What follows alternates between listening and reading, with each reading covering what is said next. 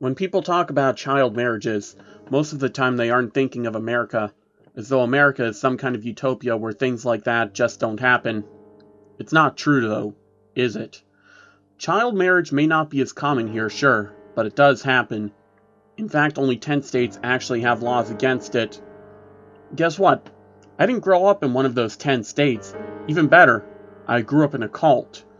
Our leaders really emphasize the idea of pure brides and virginity and virility. I was taught as a child that only a young woman embodied these traits. Young woman does not mean a 20-year-old, by the way, or even an 18-year-old. That would make it almost understandable, wouldn't it? I was sold into marriage when I was 14. In a way, I was one of the lucky ones. See, in our cult, a girl came of marriageable age when she had her first period. My older sister got hers at 9 years old. I still remember her screaming in the bathroom when it happened. My mother hadn't told us anything about periods, or our bodies. My sister saw all that blood and really thought she was dying. Maybe that is what it meant for her, because only a few months later she was married off. Her husband was in his mid-20s. She cried herself to sleep every night until her wedding, and I never saw her again. Since the day I turned 9, I lived in mortal fear of ending up like my sister. I prayed and hoped for our version of God that I would never come of age. It was like a curse to me, to meet the same fate she did. For a while it seemed that something had answered my prayers, because year after year passed and it didn't come. My parents grew restless. When I was 12, my father checked my panties every night to make sure I wasn't hiding anything from him. But then, halfway through my 14th year, it came. It came during the night and stained my sheets, and there was no hiding it. My parents were so relieved. I was so upset I actually vomited when I saw the proof, those stained sheets that I couldn't pray away. The man they gave me to was 43 years old. Can you imagine that? Can you imagine your own parents just giving you away to someone like that? Even though I always knew it would happen to me, it still hurt. It still poisoned something deep inside me. They didn't wait as long for my wedding as they did with my sister. Apparently my soon-to-be husband was in a rush because we were married only a month later. Now, I won't bore you with details about my wedding, or the first time meeting my husband, or the ride to our new home. I had to be dragged into the car kicking and screaming. Instead, I'll tell you this. Everything changed on the balcony. Once he brought me home, he ushered me into the master bedroom and thankfully left me there on my own for several hours. He told me he wanted nothing more than to attend to me the way a proper husband should, and we all know what that means, don't we? That he had to take care of some business first. Before leaving the room, and locking it for good measure, he told me to dress in the lingerie that he had left for me on the bed. I eyed it with disgust before throwing it on the floor and stalking out to the balcony that I discovered behind some thick floor-to-ceiling curtains. My parents must have been proud to marry me off to someone so rich.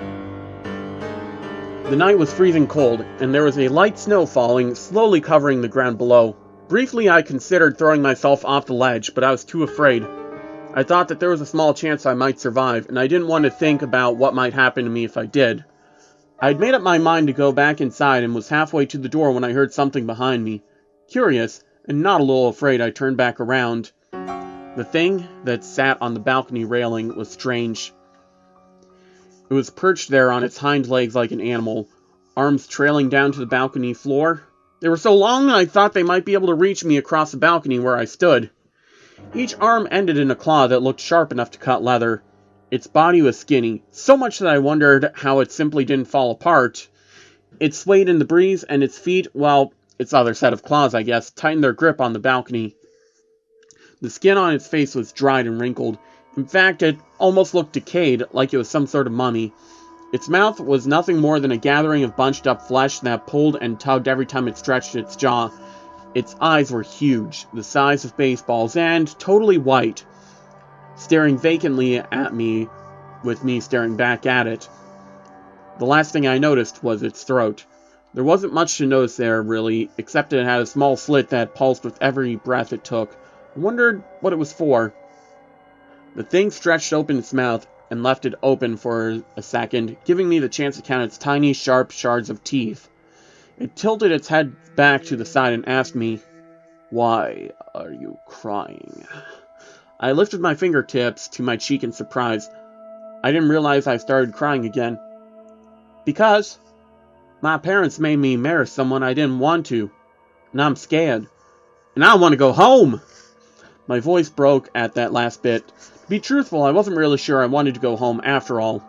But I knew that at least I didn't want to be here anymore. In an unknown house, with an unknown man who had anything but unknown intentions. The creature blinked in surprise. Marriage? But you are a child. How can this be? I buried my face in my hands at that and cried harder.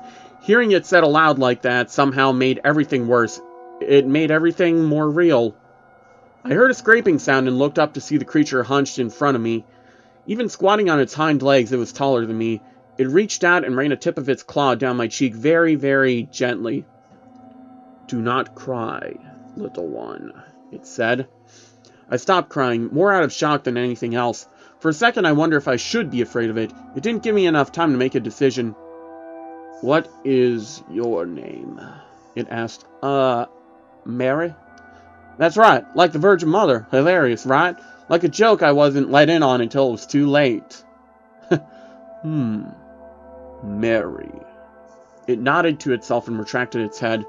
Its claw had drawn a bit of blood from my cheek. I hadn't noticed. Mary, do not cry anymore. I will help you.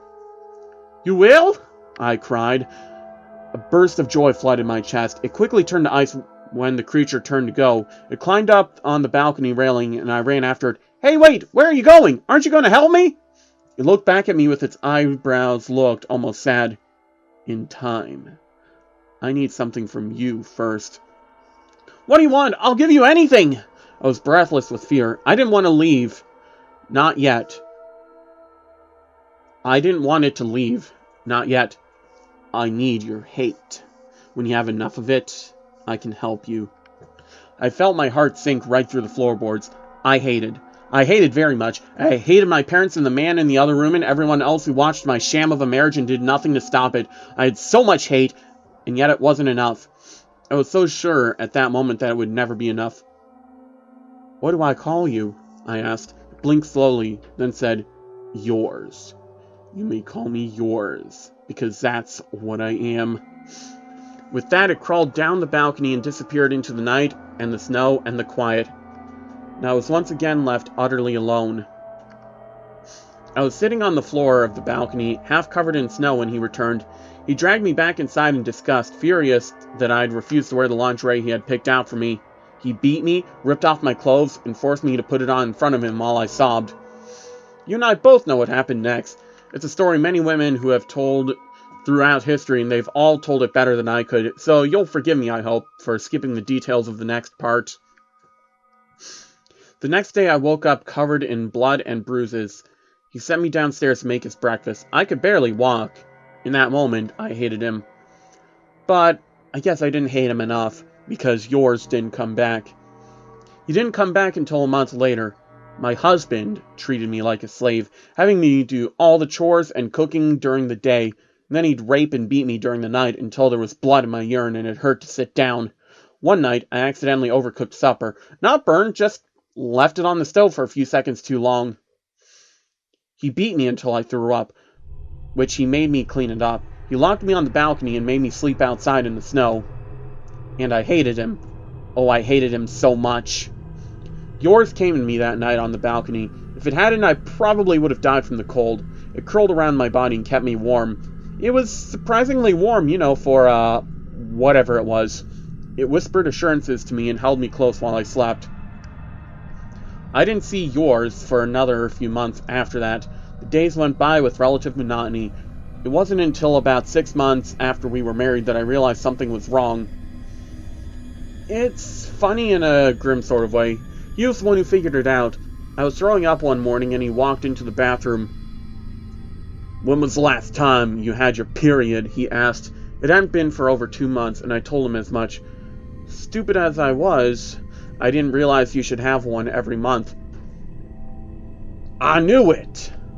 His eyes were practically glowing with excitement as he moved behind me and snaked his arms around my belly, caressing it on the way.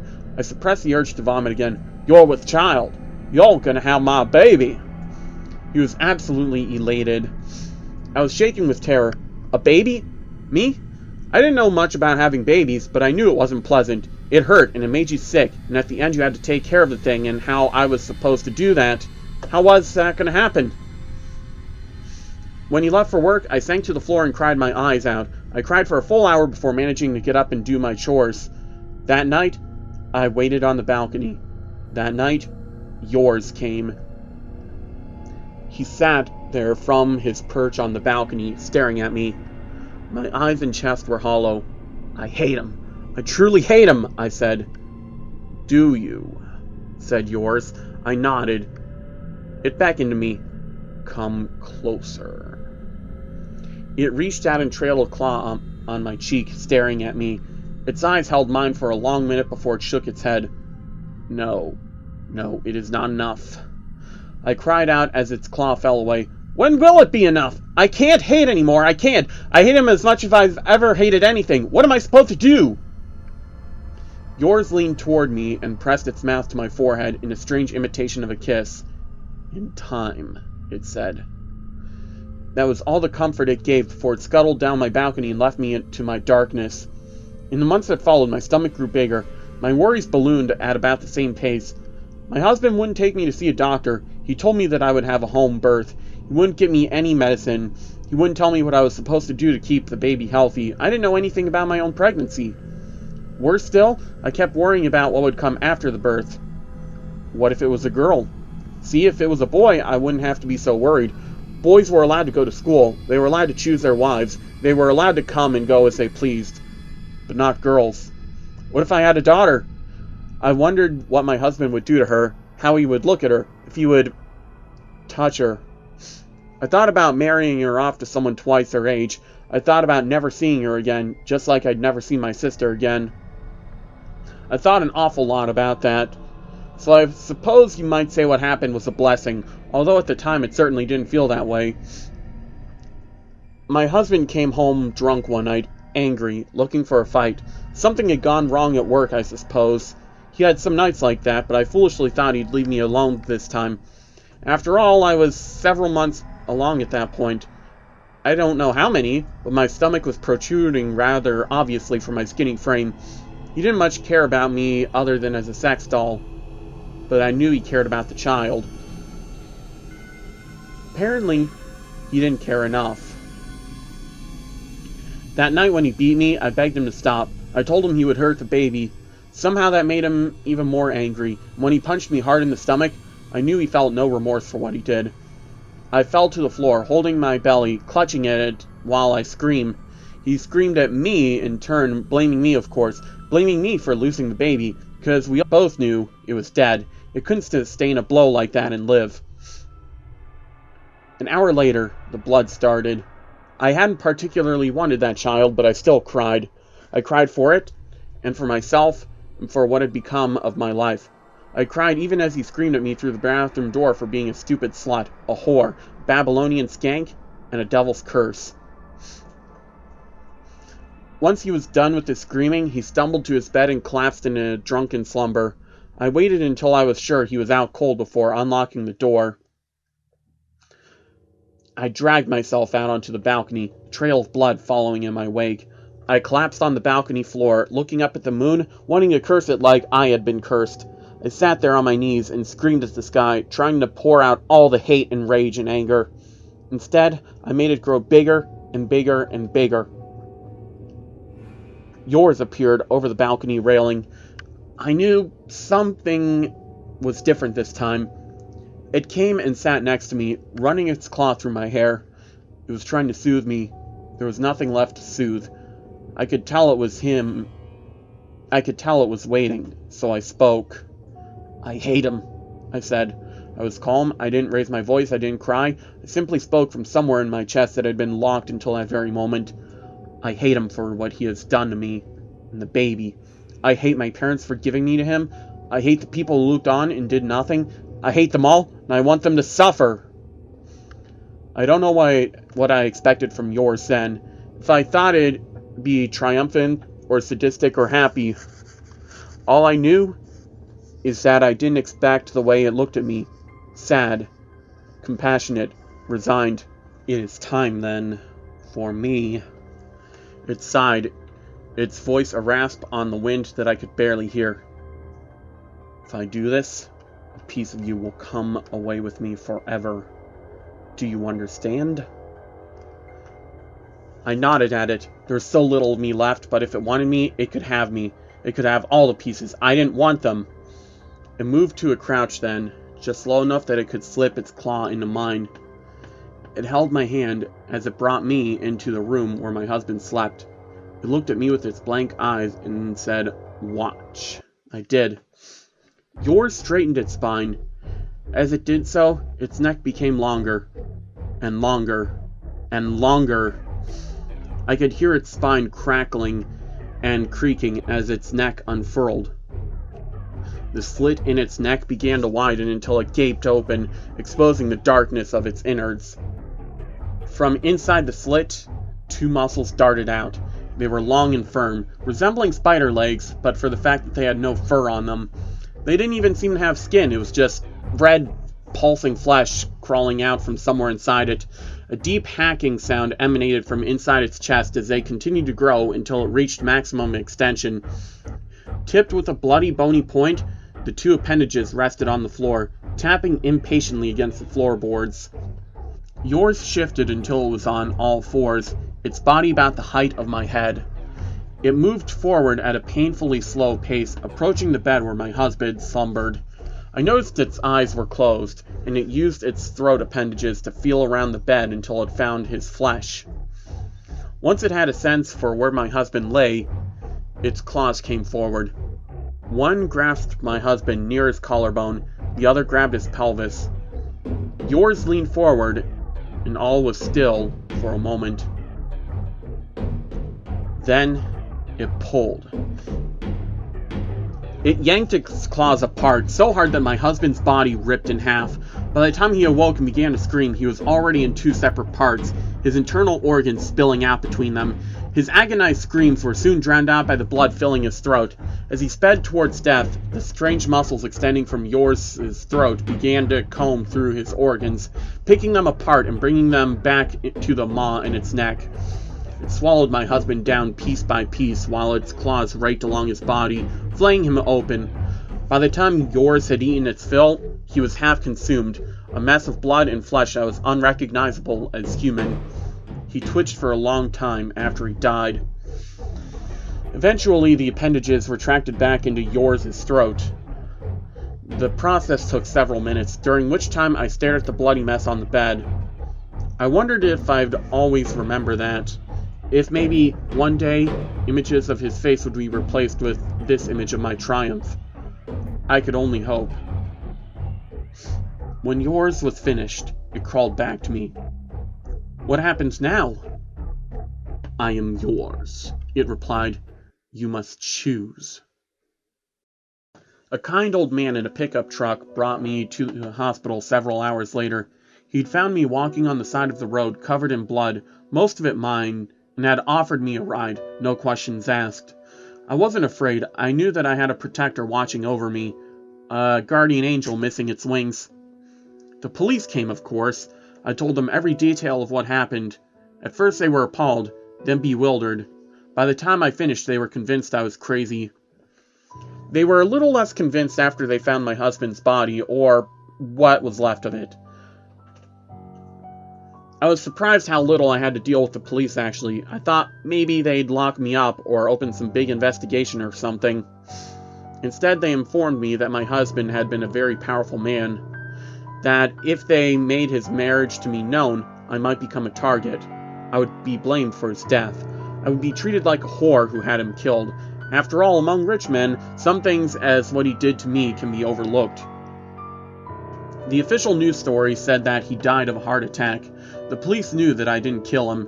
There's no way I physically could have done something like that, especially to someone more than twice my size. They probably thought that I had somebody kill him. I suppose they aren't wrong. They wanted to put me in foster care. I didn't entertain that thought for even a second. As soon as I was able to, I left the hospital and never looked back. They didn't even look hard for me. The next visit I paid was to my parents. It took me a while to find them. I barely ever left my house growing up. and I didn't even know my own address, but I found them. They were surprised to see me, and uneasy. I wonder if they ever felt guilty for what they did. Either way, it didn't matter. I asked them what happened to my sister. They told me they didn't know, but I could tell that they were lying. Yours helped me take care of them. It held them down and skimmed them slowly, keeping them alive for hours as they screamed and begged for mercy. Finally, they told me the truth.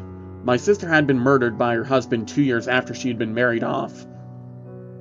I let yours kill them then. I didn't have any more use for them. As he finished them off, I searched the house and stole as much cash as I could find. I drifted for the next few years, using the money I took from my parents to forge some documents so I could get some work. They were obvious fakes, but some employees really don't care. A lot of them gave me work out of pity, I think. They thought I was alone in the world. But I was never alone. I always had yours to comfort me. I still don't know much about yours. I don't know what it is or where it comes from. Of the few people I've told, most think that it might be some kind of demon. I know that's not true. Nobody can live through what I've lived and still believe in God. People like me don't have the luxury of that kind of fantasy. No, I think yours is just another creature, like you or me, trying to make its way in the world, and it had grown quite fond of me, I can tell. I know now what it meant when it told me that I had to give a piece of myself to it. Every time I command it, you see, it takes away a little piece of my humanity. I couldn't feel it at first, after all. I didn't think I had any humanity left, but after it took both my parents, I could feel that something in me was changing. It happens just a little at a time, but it happens nonetheless. It didn't want to do that. It didn't want to take anything away from me, but it was the only way to save me. It's what must be the consequences of our deal. It mourns for me. It mourns for the humanity I've lost, and for the childhood that I never had. It mourns because I cannot love. Well, that's not true. I love yours. I don't love anything else. I don't think I ever will. Every day when I look in the mirror, I see something that's a little less than human. Maybe that is its doing, or maybe a substantial part of my humanity died when I was forced into that marriage. I'll never know. What's more, I don't particularly care. Lately, I've been thinking about all the other little girls trapped in these marriages all across the U.S. The ones who think they've been abandoned, forgotten about. The ones who are waiting for someone to come save them, because they cannot save themselves. But I could save them. I could do it. I don't know how much humanity I have left to give, how much until I no longer even remotely resemble a person, but I think that it's worth it. If I can save even one child from the fate I was given, from the choices I had to make, it'll be worth it. It mourns for me, too, that I've made my decision. But I won't regret it. I won't regret giving my life and humanity for something bigger than myself. Perhaps in time, I too will be like yours. Or yours will be like me. I only hope it stays with me so I don't have to go it alone. Yes, that's what I must do. I'm ready now. Are you?